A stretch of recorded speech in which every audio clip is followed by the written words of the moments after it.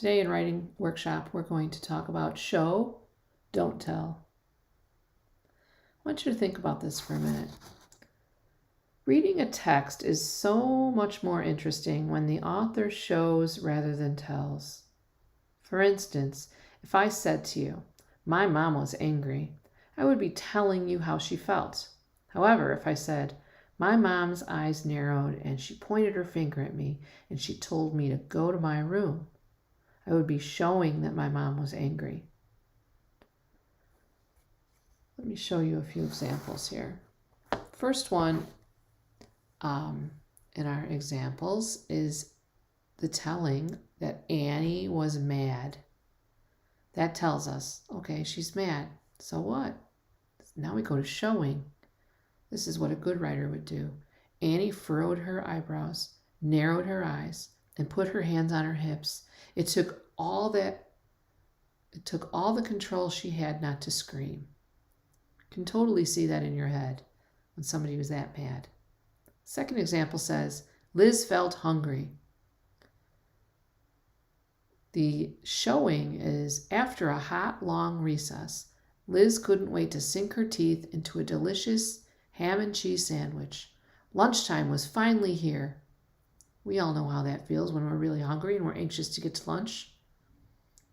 The showing is so much more effective in letting our reader know what is going on. The third example is, I loved watching the snow from the window. Now let's show that by saying, through the clear glass, I watched as sheets of bright white glittering snowflakes fell from the sky. I just couldn't control my excitement as my mouth grinned from ear to ear.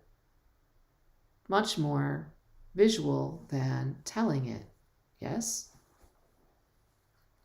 So what we're going to do here is I'm going to have this book read to you. Whoops. It's not working. Let's go here. Should be able to play it from here. I'll do it here. Okay. I'm going to play this movie for you. It's the book called The Memory String.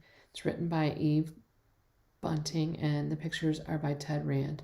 And while you're reading this, what I want you to do is to listen for examples of when the author chose to show how a character felt rather than telling you about the feeling.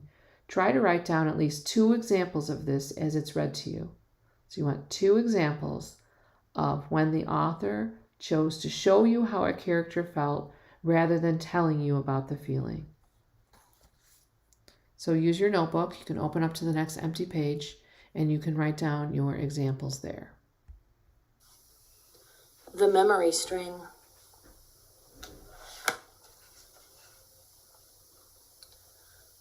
Laura sat under the oak tree in their small backyard. Whiskers, her black and white cat, lay beside her, twitching his tail. On the porch, her dad and her new stepmother Jane were painting the railings. Jane stopped and pushed her hair away from her face. She wore an old paint-stained shirt and skinny-leg jeans. "Want some lemonade?" she called. Laura shook her head. While Jane was still looking in her direction, she took the memory string from the red velvet box on her lap. The buttons strung on the string shone in silver, patterned with oak leaf shadows. Jane dipped her brush in the paint and went back to work. Her shoulders were stiff. Laura had pulled out the string a lot in front of her stepmother.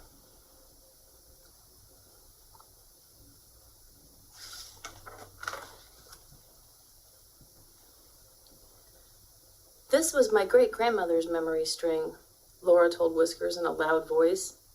"Then it was my grandmother's. Then my mother's. And now it's mine." "Are you sure you don't want some lemonade?" her dad called. "No, thanks," Laura said. "If you're not doing anything important, you might come and help us." Jane's voice was sharp.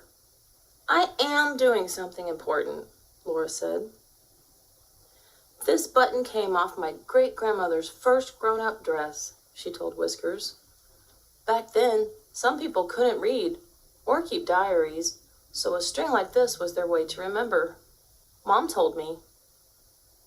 Whiskers yawned.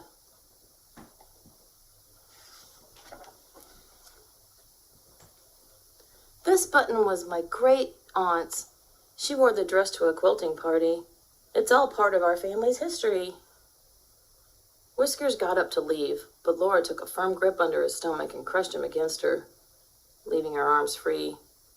Yow! Whiskers warned. Be quiet, Laura whispered. I can't talk about my memory string to myself, can I? You have to stay here.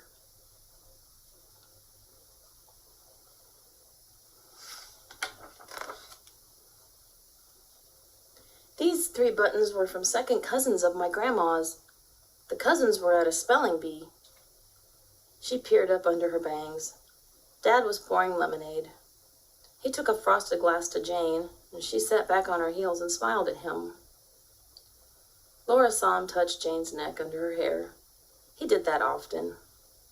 Sometimes Dad and Jane sat on the porch at night after Laura had gone to bed. Her room was above, and she'd hear them whispering and laughing softly.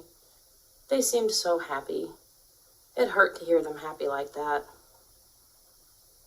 She rubbed the buttons between her fingers. Get to the good parts, she thought. Forget the cousins. Get to Mom. This button came from Mom's prom dress, she told Whiskers. Stop squirming, she added. And this is from her wedding dress. It was white, of course.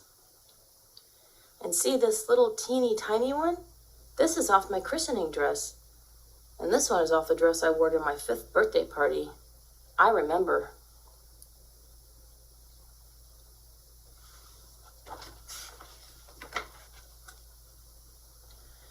She stopped for breath and glanced up again at Jane. All this must hurt her a lot.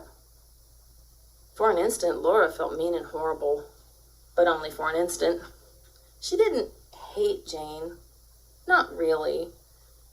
It was just that Jane had gone and married Dad. She had to rush now because Dad was coming down the front steps. This khaki one was off Dad's uniform when he went to war in a place called the Gulf. Mom cut it off his jacket when he came home, and she cried and cried because she was so happy he was safe.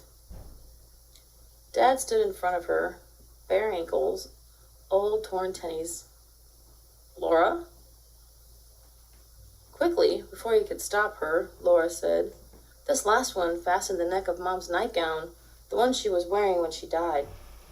Dad saved it for me. She held up the memory string. It turned, the colors blurring through the blur in her eyes.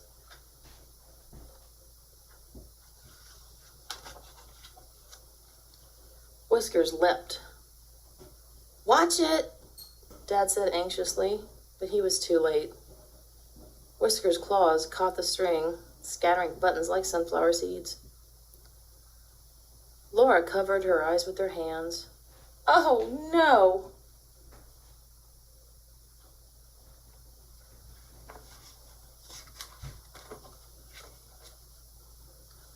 On the porch, Jane dropped the paintbrush and rushed down the steps.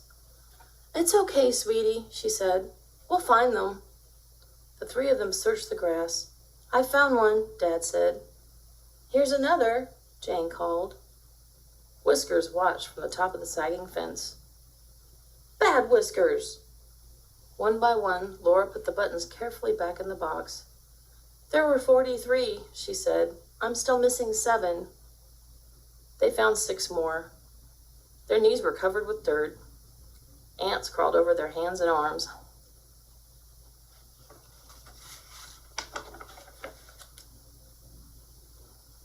They sifted through leaves and dead blossoms that had blown off the camellia bushes by the porch. Do you know which one is still missing? Jane asked. The one from Dad's uniform. It was Mom's favorite because... Tears streamed down Laura's face, and Jane took a step toward her. Oh, Laura, my dear. It was what Mom would have said, and what Mom would have done. Jane's voice was soft, as Mom's would have been. But this wasn't Mom. Mom had died 3 years ago. This was Jane. Dad? Laura whispered, and her dad folded her against him. They searched again after supper until the light faded while Whiskers lay on the porch, lazily swatting bugs.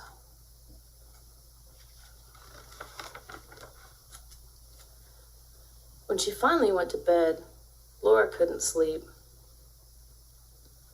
"We'll find the button in the morning," Dad had promised. "And I'll help you restring them," Jane said. "Thanks, but I know how to do it," Laura told her. She lay, listening to the crickets, listening to Whiskers purring beside her. A little later, she heard the murmur of Porch voices, and she got out of bed and knelt by the window. Jane and Dad sat in the swing. She could hear its soft creak. Bugs batted against the yellow light bulb. "But there won't be any difference," Dad was saying. "My old uniform is in one of those boxes we stored in the attic. I can cut a button off and drop it in the grass. She'll never know."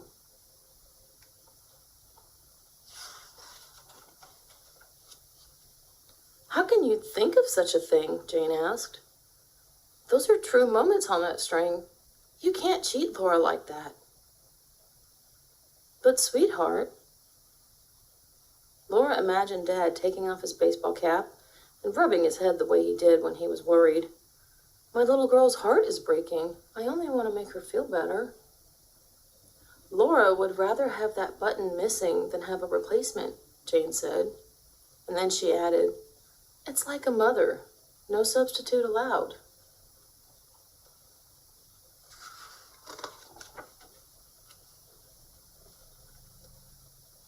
Laura heard the chokiness in Jane's voice. She felt choked up herself. The swing squeaked as one of them stood up. "Let's look some more, right now," Jane said. "Now? You can't see a thing." "Flashlights," Jane said. Laura bit her lip. Should she go too? But then they'd know she'd heard. She watched the white circles of the flashlights, the dark figures of Jane and Dad crawling through the grass. She could smell the fresh paint. The crickets had stopped singing to listen.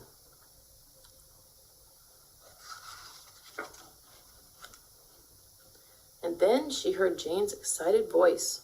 "I found it! Over here! It must have rolled." She held something up between her finger and thumb. "Whoopee!" Dad swung Jane around and around, and Jane laughed. "Careful! We don't want to lose it again." "She'll be so happy. You can give it to her at breakfast, Janie." "I don't think so," Jane said. "She won't like it that I'm the one who found it. Let's just leave it on the porch, like a gift from a good fairy."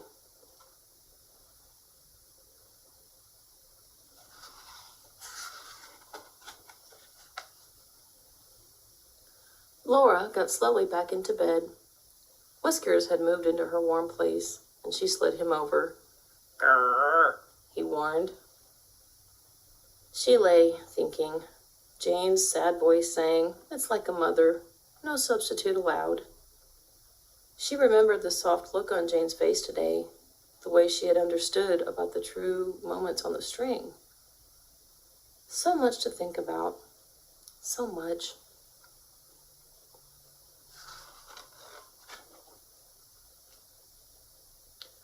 As soon as she wakened the next morning, Laura went downstairs. Jane was painting the back of the door robin's egg blue. "Like it?" she asked. Laura nodded. Already she could see the button on the porch.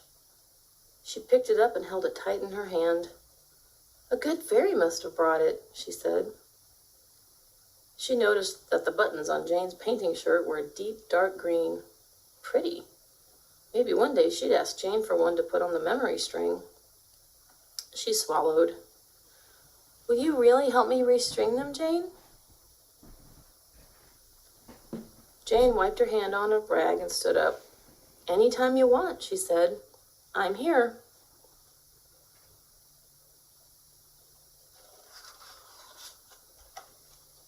The end.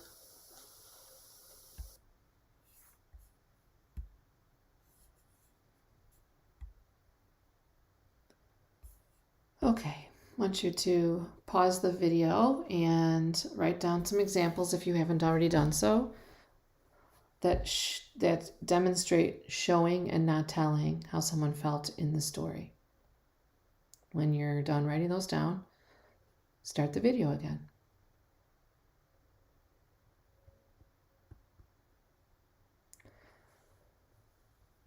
So next you're going to do the graphic organizer, which is being passed out to you. There are 4 examples where someone is telling about a situation. The first one is Katie was so excited for her vacation. What I would like you to do is rewrite the sentence to show rather than tell. So think about what excitement looks like.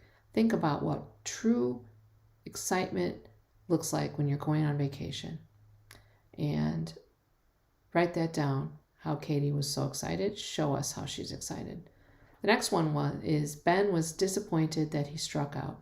Think about a boy playing baseball or softball, and he struck out and he's disappointed. What does that look like? What does Ben do?